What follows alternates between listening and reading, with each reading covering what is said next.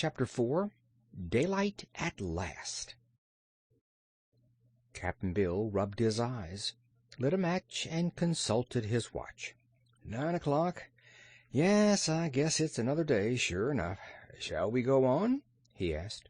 Of course, replied the Orc. Unless this tunnel is different from everything else in the world and has no end, we'll find a way out of it sooner or later. The sailor gently wakened Trot. She felt much rested by her long sleep and sprang to her feet eagerly. "Let's start, Cap'n," was all she said. They resumed the journey, and had only taken a few steps when the Orc cried, "Wow!" and made a great fluttering of its wings and whirling of its tail. The others, who were following a short distance behind, stopped abruptly. "What's the matter?" asked Cap'n Bill. "Give us a light," was the reply. "I think we've come to the end of the tunnel."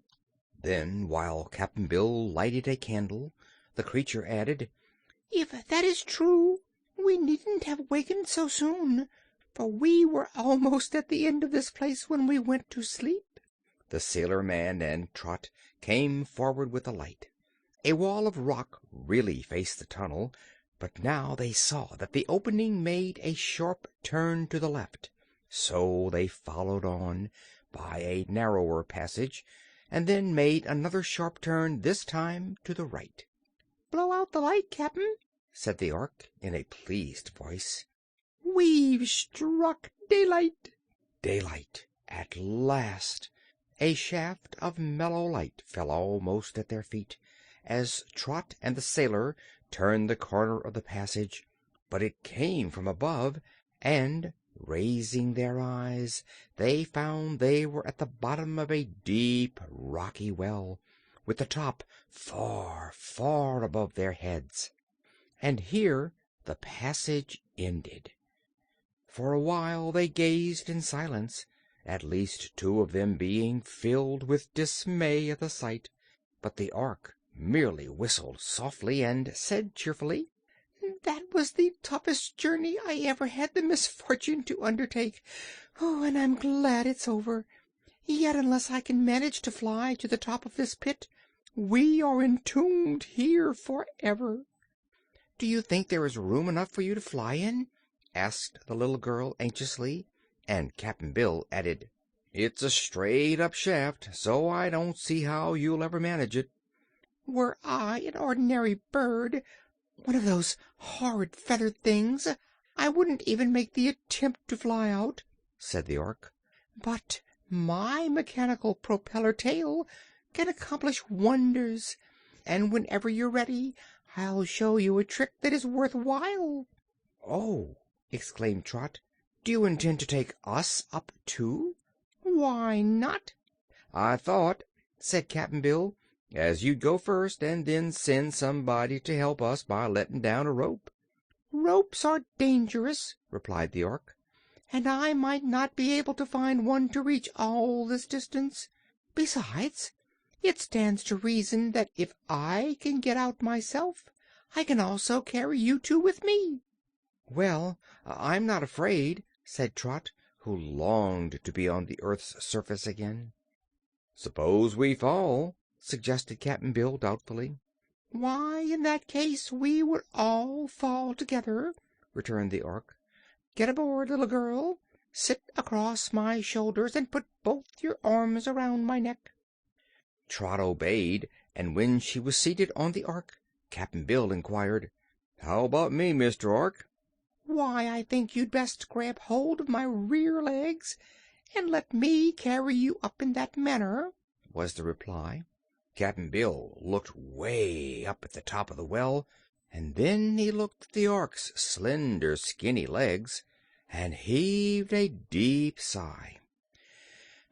"It's going to be some dangle, I guess. But if you don't waste too much time on the way up, I may be able to hang on," said he. "All ready, then," cried the Orc, and at once his whirling tail began to revolve. Trot felt herself rising into the air. When the creature's legs left the ground, Cap'n Bill grasped two of them firmly and held on for dear life. The ark's body was tipped straight upward, and Trot had to embrace the neck very tightly to keep from sliding off. Even in this position the ark had trouble in escaping the rough sides of the well. Several times it exclaimed "Wow!" as it bumped its back or a wing hit against some jagged projection, but the tail kept whirring with remarkable swiftness, and the daylight grew brighter and brighter.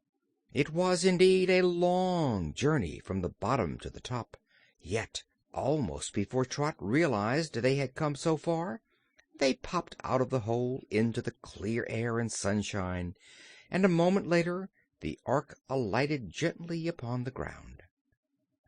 The release was so sudden that even with the creature's care for its passengers, Cap'n Bill struck the earth with a shock that sent him rolling heel over head. But by the time Trot had slid down from her seat, the old sailor man was sitting up and looking around him with much satisfaction.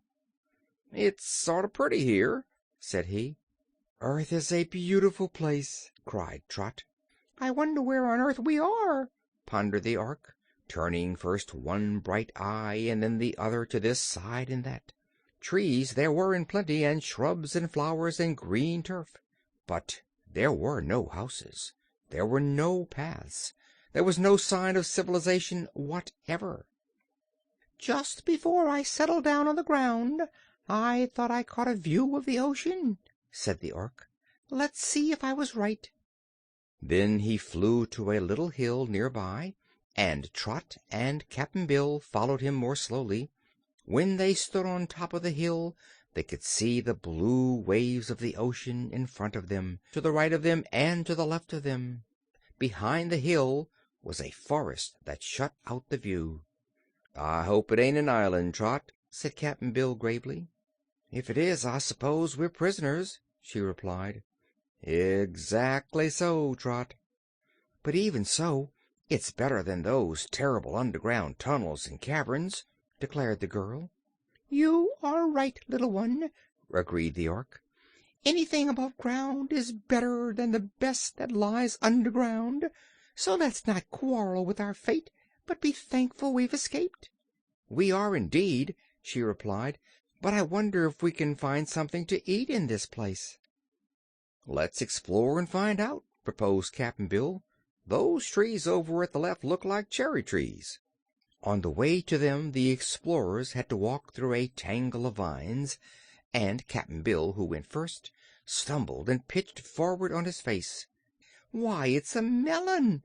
cried Trot delightedly, as she saw what had caused the sailor to fall.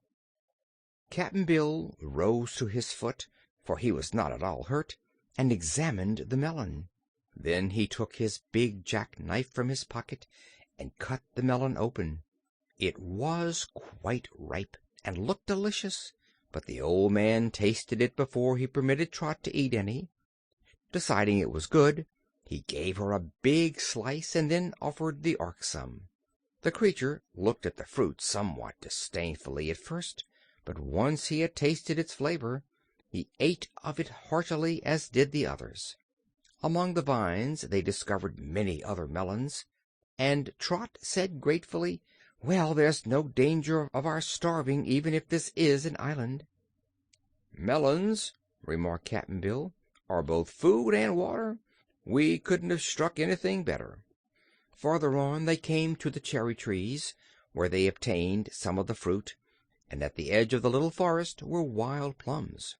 The forest itself consisted of nut trees, walnuts, filberts, almonds, and chestnuts, so there would be plenty of wholesome food for them while they remained here. Cap'n Bill and Trot decided to walk through the forest to discover what was on the other side of it, but the ark's feet were still so sore and lumpy from walking on the rocks that the creature said he preferred to fly over the treetops and meet them on the other side. The forest was not large, so by walking briskly for 15 minutes they reached its farthest edge and saw before them the shore of the ocean. "It's an island, all right," said Trot with a sigh. "Yes, and a pretty island, too," said Cap'n Bill, trying to conceal his disappointment on Trot's account. I guess, partner, if the wuss comes to us, I could build a raft, or even a boat from those trees, so's we could sail away in it." The girl brightened at this suggestion. "I don't see the Ark anywhere," she remarked, looking around. Then her eyes lighted upon something, and she exclaimed, "Oh, Cap'n Bill! Isn't that a house over there to the left?" Cap'n Bill, looking closely, saw a shed-like structure built at one edge of the forest. "Seems like it, Trot. Not that I'd call it much of a house, but it's a building, all right. Let's go over and see if it's occupied." End of chapter 4.